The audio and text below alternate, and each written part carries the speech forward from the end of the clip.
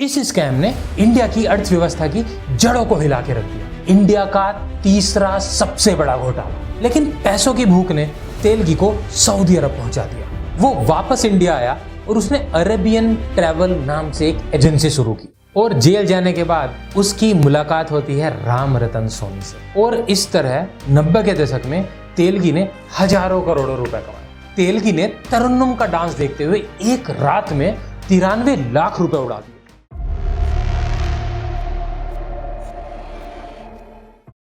Telgi? Yeah, Who are those politicians? मैं politician.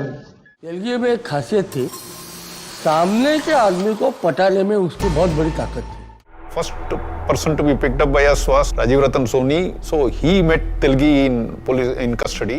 अगर आपको लगता है इंडिया के सबसे बड़े स्कैमर विजय माल्या, नीरव मोदी या हर्षद मेहता हैं, तो आप बिल्कुल गलत हैं। अगर 2003 में हुए इस सबसे बड़े स्कैम के बारे में आपने नहीं सुना तो आपने बहुत बड़ी चीज मिस कर दी है। इस स्कैम ने इंडिया की अर्थव्यवस्था की जड़ों को हिला के रख दिया। जी हाँ, मैं बात कर रहा हूँ तेलगी स्कैम की। अब्दुल करीम तेलगी, जिसने 1000 नहीं, 2000 नहीं, 10,000 नहीं, 30,000 करोड़ का घोटाला किया, जो था स्टाम्प पेपर घोटाला। जी हाँ, आपने बिल्कुल सही सुना, इंडिया का तीसरा सबसे बड़ा घोटाला। तो मैं हूं स्वर्ण सिंह। आज हम बात करेंगे तेलगी स्कैम की। तो कौन था तेलगी, क्या है स्टाम्प पेपर और तेलगी ने इतने बड़े घोटाले को कैसे जन्म दिया और गवर्नमेंट ने इसमें क्या किया? क्योंकि तेलगी की सिर्फ एक ही फिलॉसफी थी, चाचा अपने को सिर्फ पैसे बनाने का है और अपन यही करेगा। Let's deep dive. तेलगी का जन्म 29 जुलाई 1961 कर्नाटक के खानपुर बेलगाम में हुआ था। उसने 7 साल की उम्र में अपने पिता को खो दिया और 8 भाई बहनों की जिम्मेदारी के साथ उसकी जिंदगी शुरू हुई। और इस वजह से उसने फैमिली की गुजर बसर के लिए रेलवे स्टेशन पर फूल और सब्जी का ठेला लगाना स्टार्ट किया। मगर तेलगी को पढ़ाई लिखाई का शुरू से ही बहुत शौक था, तो इसके लिए उसने अपनी पढ़ाई जारी रखी। पढ़ाई पूरी करने के बाद तेलगी ने बहुत सी नौकरियां की, लेकिन नौकरियां ज्यादा दिन तक चल नहीं सकी।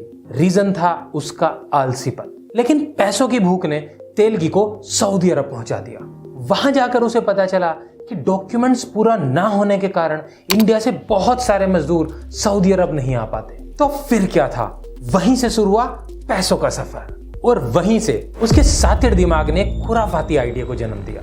वो वापस इंडिया आया और उसने अरेबियन ट्रैवल नाम से एक एजेंसी शुरू की और जिसमें उसने 400 MBA ग्रेजुएट्स को हायर किया। ये वो लोग थे जिनके पास सपने तो थे लेकिन डॉक्यूमेंट्स नहीं। और ये एजेंसी उन्हीं लोगों को टारगेट करती थी जिनके पास डॉक्यूमेंट्स नहीं होते थे। तेलगी की एजेंसी के बनाए हुए डॉक्यूमेंट्स इतने रियल होते थे कि कोई भी मजदूर कभी भी इमिग्रेशन पर पकड़ा नहीं जाता था। मगर 1991 में मुंबई पुलिस को इन फेक डॉक्यूमेंट्स की भनक लगी और इसके साथ ही तेलगी को अरेस्ट कर लिया गया। और ये था उसकी जिंदगी का टर्निंग पॉइंट, जिसके बाद उसने कभी पीछे मुड़ के नहीं देखा। और जेल जाने के बाद उसकी मुलाकात होती है राम रतन सोनी से, और जिसने तेलगी के पैसा कमाने की भूख को और बढ़ा दिया। राम रतन सोनी एक सरकारी स्टाम्प वेंडर थे और कोलकाता से बिलोंग करते थे। और वो किन्हीं कारणों से जेल गए।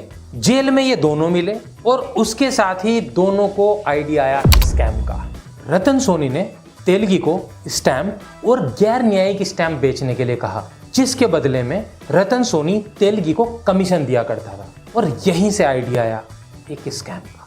साल 1994 में सोनी संग काम करते हुए तेलगी ने बहुत सारे कनेक्शंस बढ़ाए और बाद में लाइसेंस लेकर एक लीगल वेंडर बन गए।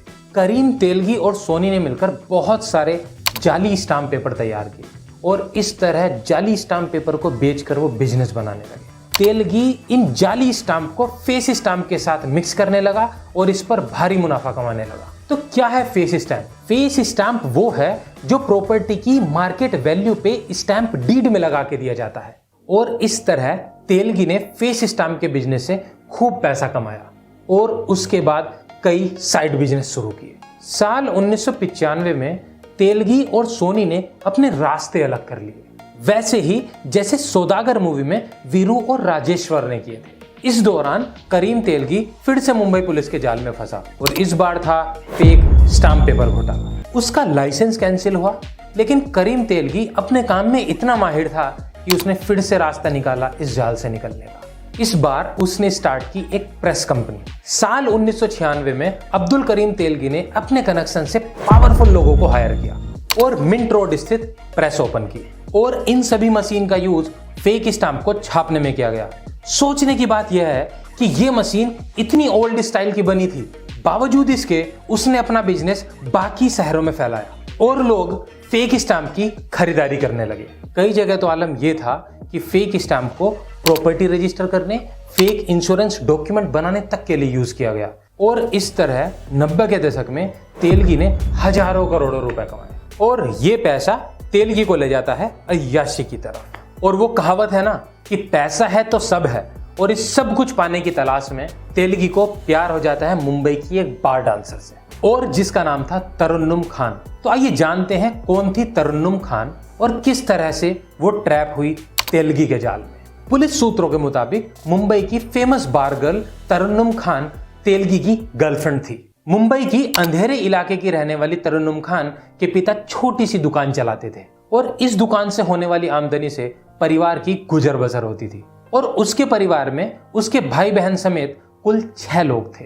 पुलिस के मुताबिक तेलगी ने तरन्नुम का डांस देखते हुए एक रात में 93 लाख रुपए उड़ा दिए थे। 1992 में हुए दंगे में तरन्नुम का घर और दुकान दोनों लूट लिए गए। पूरा परिवार सड़कों पर आ गया और नौबत रिलीफ कैंप में रहने तक की आ गई और इसके सदमे में उसके पिता को दिल का दौरा पड़ा और घर की स्थिति खराब होने की वजह से तरन्नुम को बार में डांस करना पड़ा।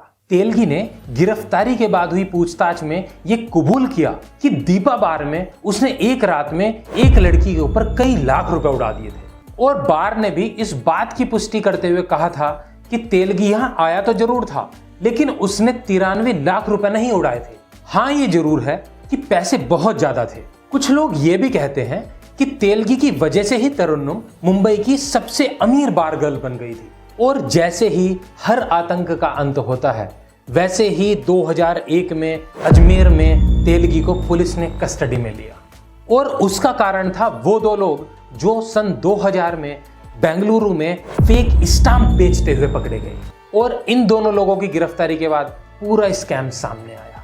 केस को सीबीआई को सौंप दिया गया और इन्वेस्टिगेशन में पाया गया कि करीम की देश भर में 36 प्रॉपर्टीज हैं, 1000 से ज्यादा बैंक अकाउंट्स हैं जो 18 देशों में फैले हुए हैं। साल 2003 में सोशल एक्टिविस्ट अन्ना हजारे ने अब्दुल करीम तेलगी के खिलाफ कोर्ट में याचिका दाखिल की थी और इस तरह साल 2006 में अब्दुल करीम तेलगी और उसके साथियों को 30 साल की सजा सुनाई गई और सभी पर 202 करोड़ का जुर्माना भी लगाया गया। और साल 2017 में तेलगी का मल्टीपल ऑर्गन फेलियर होने से देहांत हो गया। और अगर आप ऐसी ही इंफॉर्मेटिव वीडियोस चाहते हैं तो कमेंट सेक्शन में टॉपिक मेंशन करें।